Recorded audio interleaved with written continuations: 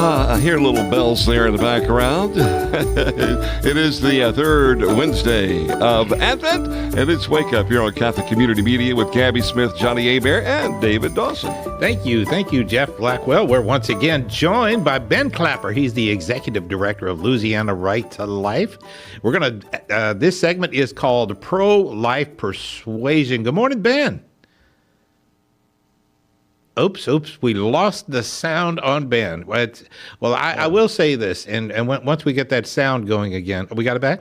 Are we good? Okay, hey, Ben? Can you hear me? There you are. Okay, great, all right, great. Sorry about that. That's all right. What I love about this, I was going to say this segment, Pro-Life Persuasion, because this time of year, sometimes we gather as family and such, and sometimes it can be heated arguments. We don't want to do that. Nobody's going to win an argument, right?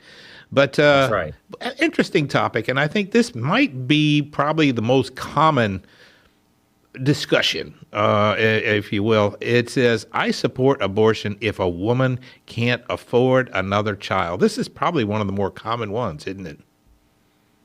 Yeah, this is something that you regularly hear. You hear this in the media and society, so it's a regular thing that people discuss and mention. So, yeah, I think this is a common one. Hey, look, and especially at Christmas when the Holy Family was obviously in a difficult spot, if you look at it from a worldly perspective, in everything that they were going through when Mary was expecting Christ. Good point. So it's an apropos theme.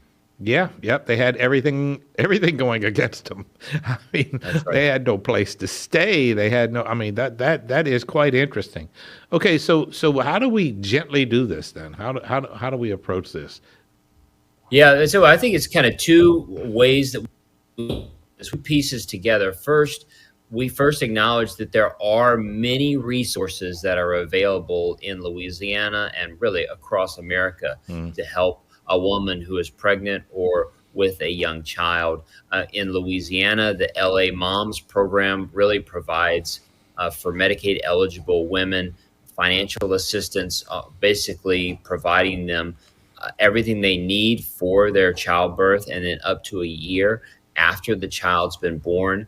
The WIC program, which is Women, Infant, and Children, provides nutrition and other resources after the child is born for a long time. So there are, of course, our pregnancy help centers and adoption agencies that are available the whole time to care for moms and babies. Yeah. So I think it's important.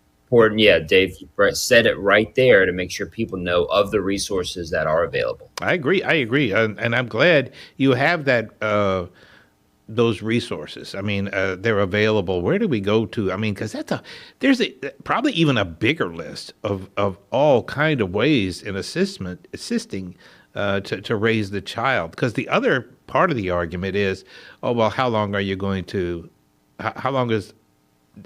assistance going to be made? After the child's born, poof, they're forgotten about. But you just laid out, no, it continues, right?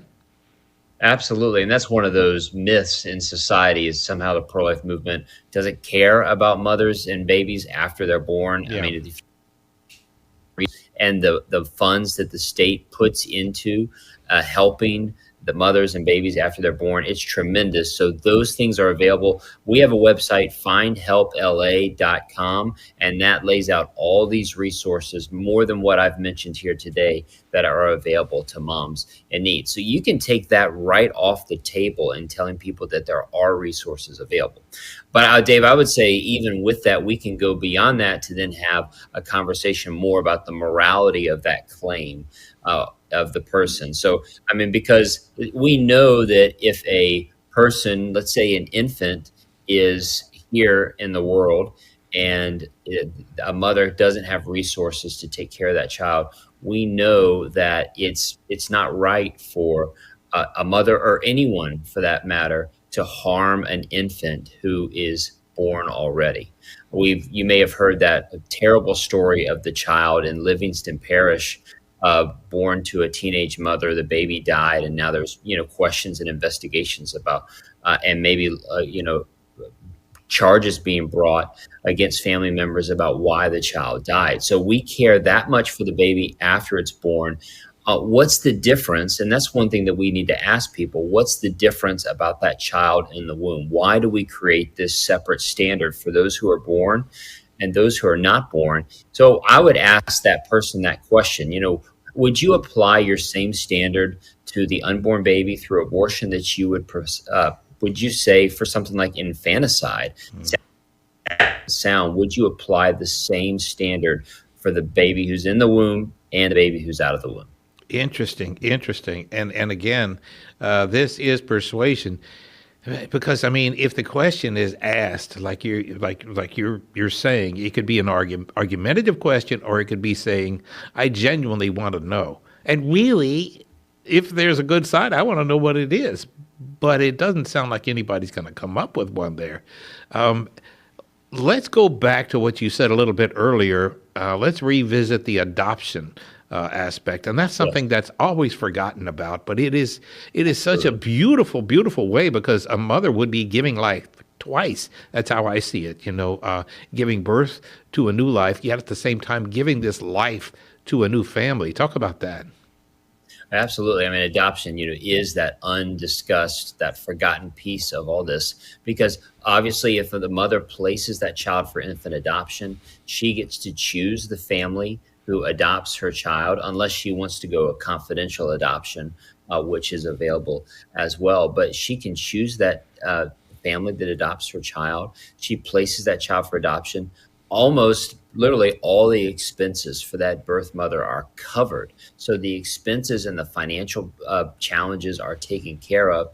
That mother is allowed to continue her life, and her child is placed into a loving home. It's different than foster care, which is something people kind of get mixed up with. This isn't the government taking a child away and giving it to someone else. This is a mother and a family placing that child into the loving arms. So that's a beautiful part about this. So between adoption and the financial and assistance that is out there, we don't need to be put in the position of saying, well, or she should have the abortion.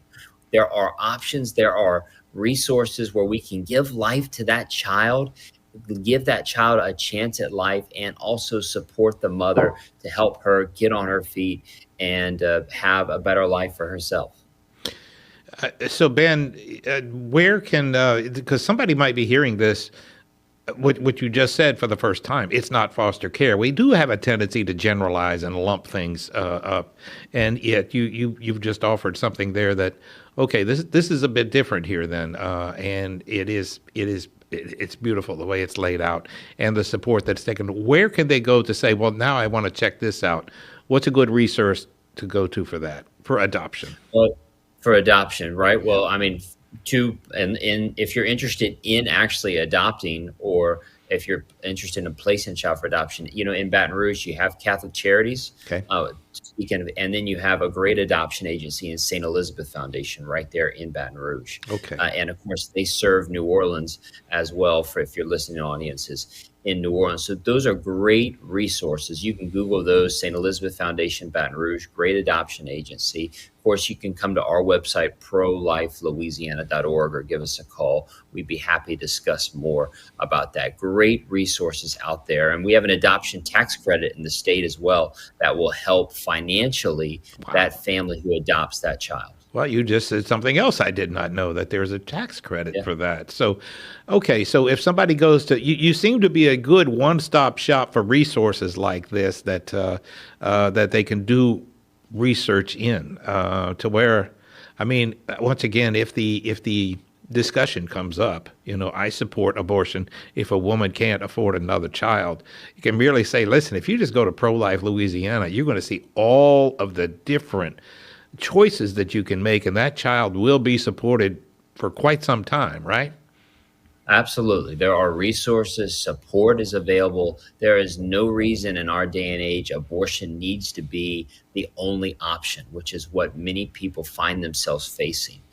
There are resources and support out there, and we need to lovingly share with people that killing an unborn child, if we're not going to do that for an infant, why in the world would we do that for a precious baby waiting to be born. We need to give that baby a chance of life. We need to support the mother and the father. And then we all know people who are just dying to grow their family, or just dying to have a child, just to raise a child, and they don't have that possibility. And this is a good way to give quite the gift to somebody like that. So, all right, Ben, let's talk about it again.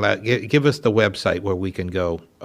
Sure. You can visit us, prolifelouisiana.org. Call us if you don't find what you need on there. We'll point it out. You can find all that on our website. Of course, for Adoption Catholic Charities and St. Elizabeth Foundation are great resources and availability. So if you're interested in any more of that, come reach out to us. We do have our annual Life March Saturday, January 24th. I'm pretty sure that in downtown Baton Rouge. So hard to believe it's coming right around the corner. So, right. Yeah, we'll see if there's snow this year. So it's always something like that, but there's always a good turnout. That is fantastic. Ben Clapper, he's the Executive Director of Louisiana Right to Life. Thanks so much for joining us. Thank you, everybody. All right, great. I always learn something with Ben. It's always something a little bit more. So, all right, when we come back, we're going to be talking to Diego Pasadore about Our Lady. It is 1:30 on Wake Up.